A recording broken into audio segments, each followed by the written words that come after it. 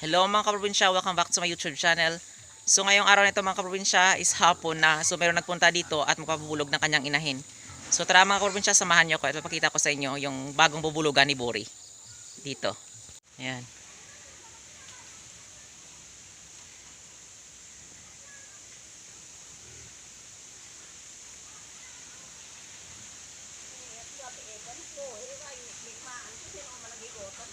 So ayan mga kaprobinsya, tapos na si Buri magbulog. Ayan.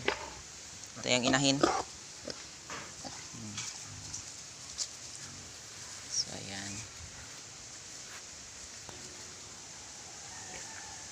Yan talaga si Buri kapag makalabas si Buri sa kural or sa kanyang sa kanyang doon kasi wala nang yan no, wala nang damo. Ayan. Kapag maraming damo yan, talaga para siyang kalabaw na kumakain ng damo. Yan. So yan mga kaprobinsya, kung kayo mag-alaga nito kay Buri, kapag wala kayong pakain, yan kumakain siya ng damo. Parang kalabaw. So yan din yung mga anak niya, katulad nito, yan sila kumakain din sila nito ng damo. So yan talaga yung kaibahan ng mga native pigs. Yan, kung malawak lang yung space o lugar ng mga kaprobinsya, pwede nyong ilagyan ng bakod. Yan.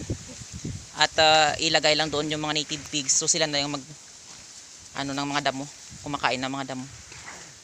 Yan.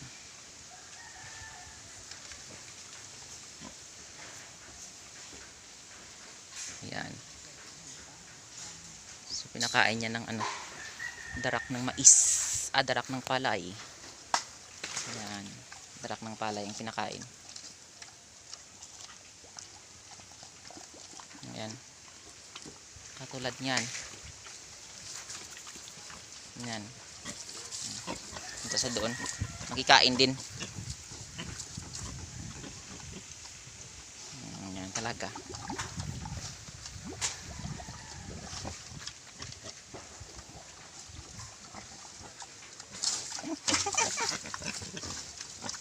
Ay nako, sinuwal niya yung yung pagkain.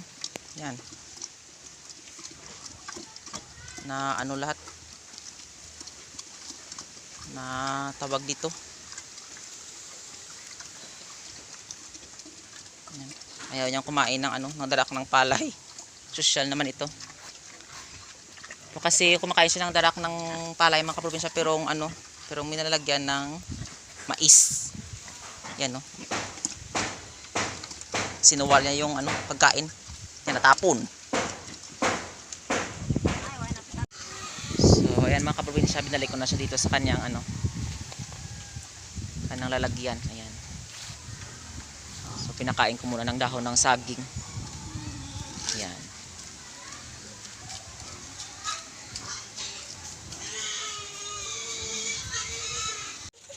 So ayan mga kaprobinsya, madilim ngayon kasi 5:30 na. So ayan. So hindi pa ako nakapaglinis. Ayan. Pinakain ko lang sila muna. So ayan, meron akong kasamang makulit na bata. Ayan, umiyak. Kasi makulit. So ayan, dito. So ayan, mamaya lilinisan natin.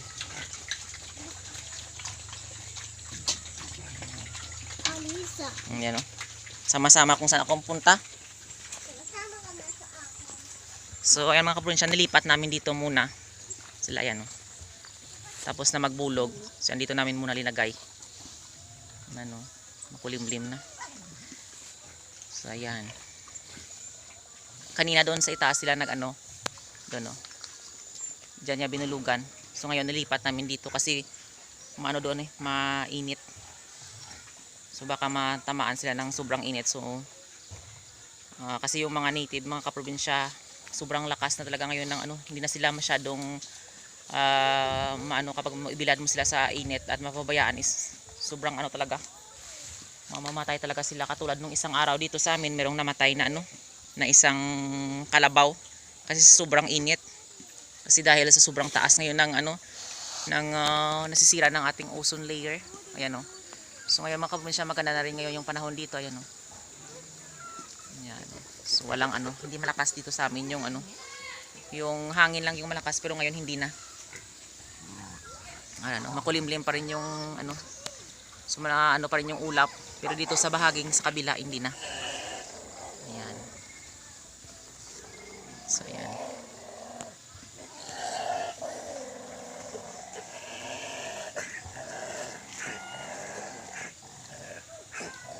So ayan mga kaprobinsya. Pinakain ko muna si Buri.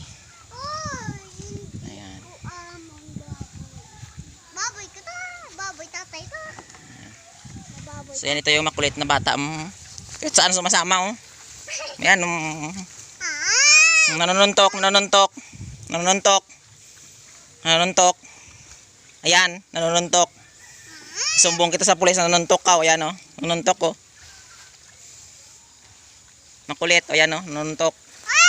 Ayan mga kaprobinsya, tapos na akong maglinis ng aking mga alagang baboy at tapos na silang pakainin. So ayan mga kaprobinsya, maraming salamat sa walang sawang pagsusupport at panonood nyo sa aking YouTube channel.